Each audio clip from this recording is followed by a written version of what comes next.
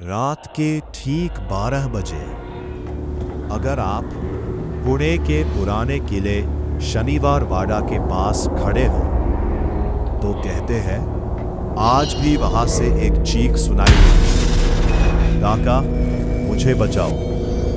लेकिन सवाल यह है, आखिर 250 साल बाद भी वो आवाज किसकी है? पुणे के दिल में खड़ा शनिवार वाड़ा कभी मराठा साम्राज्य की शान हुआ करता था। ऊंची दीवारें, विशाल दरवाजे और अंदर छुपे ऐसे राज जिन्हें इतिहास भी पूरी तरह नहीं समझ पाया।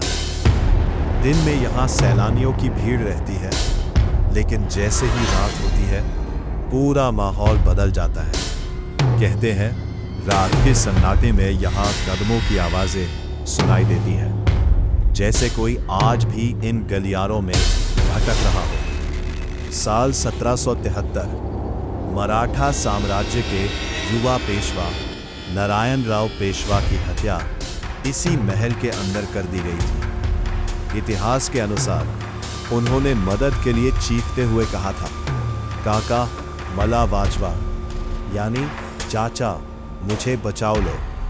लेकिन मदद कभी नहीं आई और कहते हैं उसी रात से शनिवार वाड़ा बदल गया। कुछ लोगों का दावा है कि पूर्णिमा की रात वहां वही दर्द भरी चीखें आज भी सुनाई देती हैं। और सबसे डरावनी बात, ये आवाज हमेशा आधी रात के बाद ही सुनाई देती है। सन 1828 में शनिवार वाड़ा में अचानक भयानक आग लग गई। आग इतनी भयंकर थी कि महल का ज्यादातर हिस्सा जलकर राख हो गया। लेकिन अजीब बात यह थी, आज तक कोई नहीं जान पाया कि वो आग लगी कैसे थी।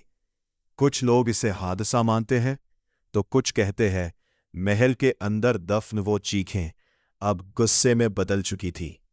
आज भी कई गार्ड्स और लोकल लोग दावा करते हैं कि उन्होंने रात में परछाइयां देखी है।